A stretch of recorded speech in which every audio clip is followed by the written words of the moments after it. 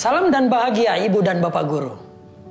Selamat datang kembali pada topik kurikulum. Untuk lebih memahami bagaimana prinsip dan gambaran kurikulum prototipe, pada materi kali ini kita akan belajar mengenai capaian pembelajaran.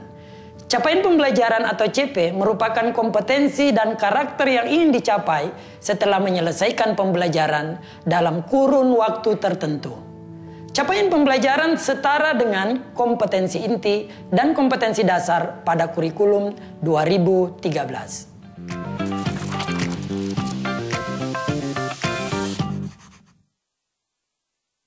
Kurikulum prototipe mengusung konsep merdeka belajar, sehingga capaian pembelajaran pun disusun dengan memperhatikan tahapan-tahapan perkembangan murid sesuai usianya.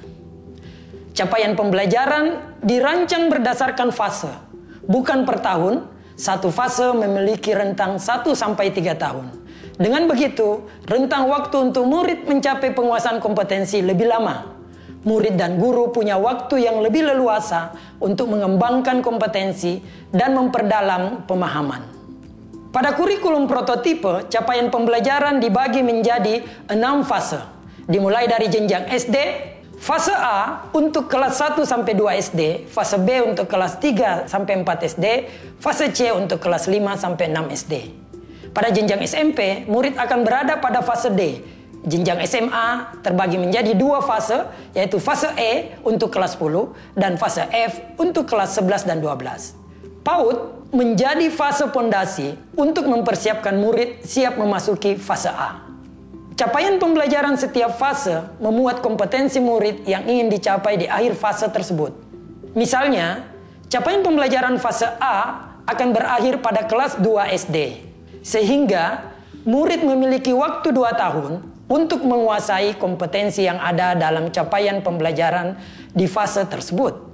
Capaian pembelajaran fokus memuat 2 hal utama, yaitu kompetensi inti dan konten esensial. Pertimbangannya, ketika kurikulum memuat konten isi yang terlalu rinci, proses pembelajaran berpotensi menjadi terlalu padat. Akibatnya, pelajaran disampaikan secara terburu-buru untuk menyelesaikan konten isi yang terperinci tersebut. Jadinya, guru cenderung berfokus pada ketersampaian konten isi dibanding pencapaian kompetensi murid.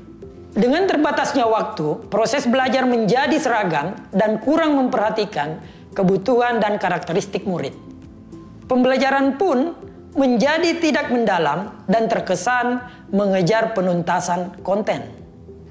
Pada kurikulum prototipe, capaian pembelajaran hanya memuat kompetensi inti dan kompetensi esensial dengan tujuan mendorong proses pembelajaran yang mendalam pada murid.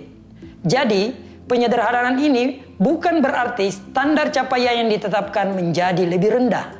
Dengan mengacu pada kompetensi dan konten esensial, guru memiliki ruang untuk mengembangkan kompetensi setiap anak, walaupun kompetensi awal mereka berbeda-beda. Pembelajaran pun menjadi tidak seragam karena berfokus pada mengembangkan kompetensi, bukan penuntasan konten. Seberapa dalam konten isi yang akan disampaikan dapat disesuaikan dengan kompetensi awal murid. Capaian pembelajaran disusun sesuai tahapan perkembangan murid. Kita ambil contoh, capaian pembelajaran dalam mata pelajaran matematika.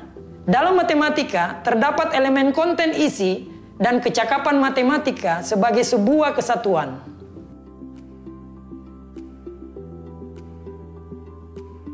Elemen konten isi dan kecakapan inilah yang akan menjadi dasar pengembangan kompetensi pada setiap fase. Kita lihat contoh pada elemen geometri mengenai bangun datar. Di akhir fase A, kompetensi murid berada pada kemampuan untuk mempresentasikan apa yang dilihatnya melalui kata-kata. Jika dikaitkan dengan konten isi, maka murid mengenal dan mendeskripsikan berbagai bentuk bangun datar. Pada akhir fase B, kompetensi murid meningkat pada kemampuan untuk membandingkan namun pada hal-hal yang masih konkret, seperti membandingkan ciri-ciri berbagai bentuk bangun datar. Dan pada akhir jenjang SD, yaitu fase C, kompetensi murid naik dari membandingkan menjadi mengklasifikasikan.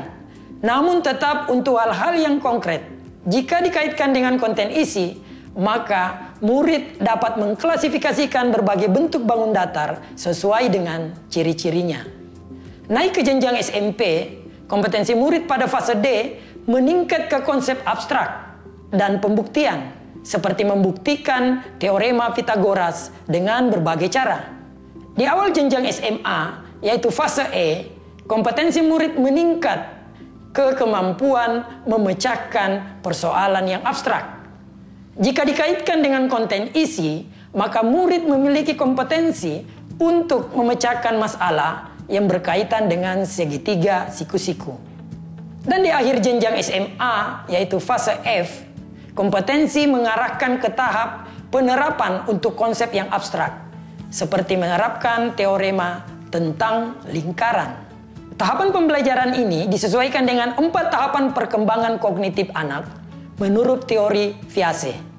Menurutnya, pada usia 0-2 tahun, bayi mengembangkan pemahaman tentang dunia melalui pengalaman melihat, mendengar, menggapai, juga menyentuh. Ketika masuk pada usia 2-7 tahun, anak mulai mempresentasikan dunianya dengan kata dan gambar. Mereka mulai menggunakan bahasa serta gambar, simbol untuk menggambarkan suatu konsep yang konkret. Di usia 7 hingga 11 tahun, anak mulai dapat berpikir secara logis yang dapat diterapkan untuk memecahkan masalah yang konkret. Anak pun memiliki kemampuan untuk mengurutkan, mengklasifikasikan, dan menganalisis. Dan ketika masuk usia 11 tahun ke atas, anak sudah bisa berpikir secara abstrak, lebih logis, sehingga memiliki kemampuan memecahkan masalah yang lebih abstrak dan menarik kesimpulan dari ragam informasi dan pengalaman. Jadi, setiap fase memiliki tingkatan kompetensi yang bertahap dan disesuaikan dengan tahapan perkembangan murid. Selain menggunakan teori Viase, konsep dasar penyusunan capaian pembelajaran juga menggunakan teori belajar konstruktivisme, yaitu teori yang memandang bahwa belajar merupakan proses membangun pengetahuan baru dan dilakukan sendiri oleh murid. Pengetahuan baru ini dibangun dari kemampuan awal, pengalaman belajar, dan interaksi sosial yang dimiliki murid. Konsep ini mengarahkan murid untuk aktif menemukan pengetahuannya sendiri berdasarkan kematangan kognitifnya. Tentunya, setiap murid memiliki kemampuan awal dan pengalaman yang beragam, sehingga hasilnya setiap murid di kelas pun akan membangun pemahaman masing-masing secara unik. Tujuan dari pendekatan konstruktivisme adalah untuk membangun pemahaman dengan menciptakan sebuah karya, di mana dalam menciptakan sebuah karya tersebut, murid perlu memiliki pengetahuan dan keterampilan. Seperti yang kita tahu, kemampuan menciptakan ada di puncak taksonomi Bloom. Ketika murid mampu menciptakan sebuah karya, misalnya membuat denah rumahnya, artinya murid sudah memahami dan menguasai kompetensi yang diharapkan. Memahami cara mengukur ruangan, menghitung skala, dan sebagainya. Maka, jika mengacu kepada teori konstruktivisme, sebenarnya kemampuan memahami ada di level yang paling tinggi, berbeda dengan Bloom yang berada di level C2. Jadi saat ibu bapak membaca kompetensi dalam capaian pembelajaran, ingat ya, bahwa kompetensi di sini memakai pendekatan konstruktivisme, bukan taksonomi Bloom.